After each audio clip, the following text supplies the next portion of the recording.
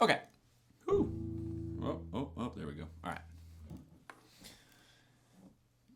All right. So we're going to take a look at Finish What You Started by Van Halen. It's basically chicken picking, which is a percussive hybrid picking motion. Hybrid meaning picking fingers, percussive meaning you've got all these deadened strings, notes that you don't allow to ring out, etc., etc.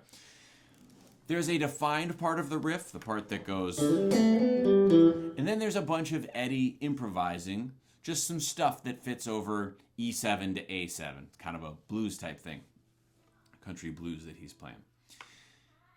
You could go through and you could look up every single note that he plays and look at it on the tab and attempt to memorize how to play those things in the same order that he played them on the original recording. And I'm not saying you wouldn't get value from that, but you're kind of missing out on the fun of this song, which is play the riff and then play a bunch of stuff that fits. And let's take a look at my chart for a second here. Don't worry, I know you don't read music. This is my own personal use here. You can see I've written out exactly what he plays in these 8 bars right here. But then look down here. Look at starting in measure 11. These are slash note heads. They just mean play 4 beats worth of E7 and play something that's stylistically appropriate. It's sort of a dealer's choice. It's do your own thing. What I would like for you to have is not just, oh, I've gone through and I've looked up the tab and I found the most authoritative YouTube video of how to play exactly what Eddie plays on the recording. Instead, I want you to have the freedom to say, I can play this song with a band. Everyone who's listening, watching my band play this, knows exactly what song this is and doesn't feel cheated at all. But I'm up here and I'm just expressing myself. I'm playing things that make sense over E7 and A7. So that's where I'm at in terms of what I want to show you today. Maybe that's kind of a tall order. Maybe it's not. Who gives a shit? Let's go for it. First and foremost, we got to play this bit.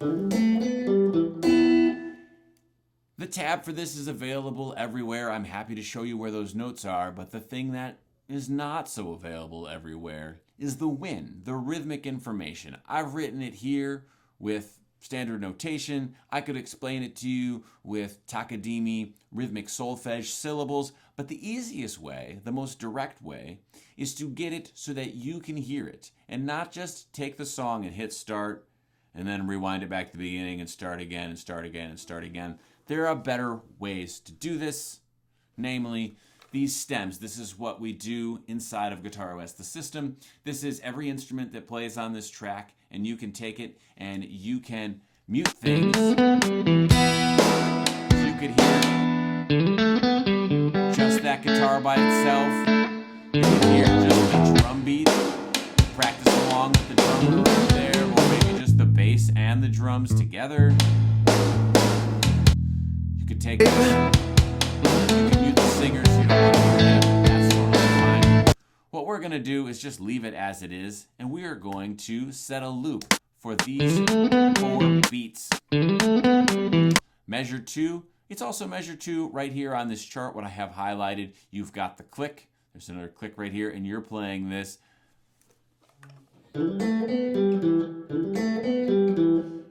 Open D string, hammer on to the E and the G, and then you're playing A, B, G, E. And in order to get that, listen how quick it happens.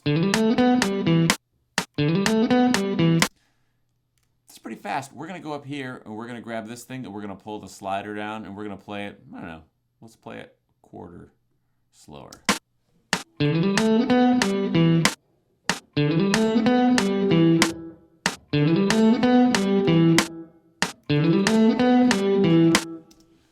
You get the idea of what I'm saying here. We want to play this until this is right underneath our fingers and our hands, and it's just something that's built into what we can do. We don't have to think about it too much. Now, take a look over here. I've written out 2 rotations of this. There's the lick we just played, and that brings us to measure 3 right here, and I'm playing this one. This is part of, if you know your caged shapes, this is part of the D shape for the E. This is the root. Whole step below the root is the flat 7, which gives us E7, dominant 7 chord. So you've got 1, 2, 3, and 1, 2. And there's that riff again right here. Starts right there. And then he plays, he's got the open strings, the open G and the open B. And that takes us through all of these 4 measures. And so what we would do is we would take this little loop here and we would drag it to cover these 4 measures.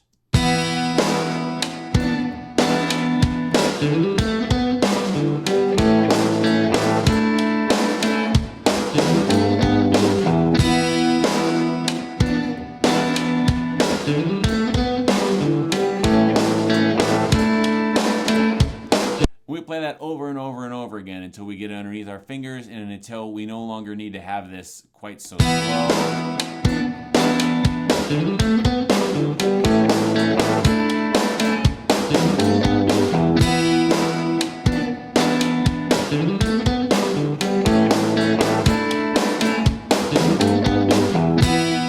And if you're noticing on screen, it's just repeating these 4 measures over and over and over again. On this chart that I wrote that I know you can't read because it's written in standard notation, it's just those 4 measures over and over and over and over again. Now, that is not the entirety of the lick. He doesn't just repeat that same thing over and over and over again. He's got variations on there. And in fact, the very next variation starts the next time through. So instead of playing those 4 bars, we're now playing these 4 bars. And it sounds like this.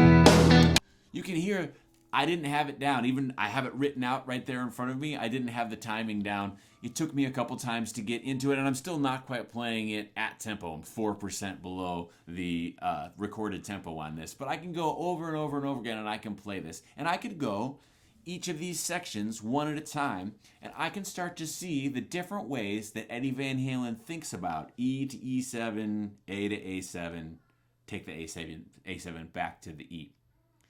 That's all he's doing. How do I get myself from here to here? How much of this lick? If I play a lick that's longer, can I leave off the... And you can take each of those things and you can dive down deep on them and play them over and over and over again. And let's say we took 6 or 7 of those.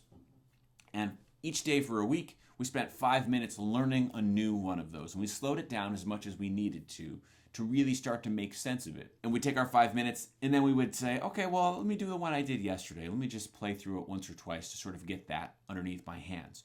The thing that you're going to find at the end of the week is that you now have a bunch of different ways where you've gotten inside of Eddie Van Halen's mind and figured out, well, this is how he was thinking about this at the time. And now I can transfer that into my own things where I'm playing stuff that Eddie didn't play but still fit perfectly in between the...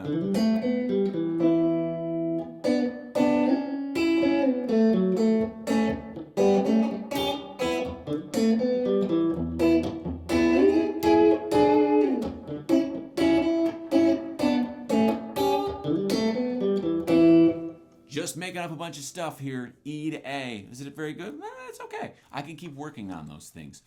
This is a much, much better way to approach guitar than I think most people do.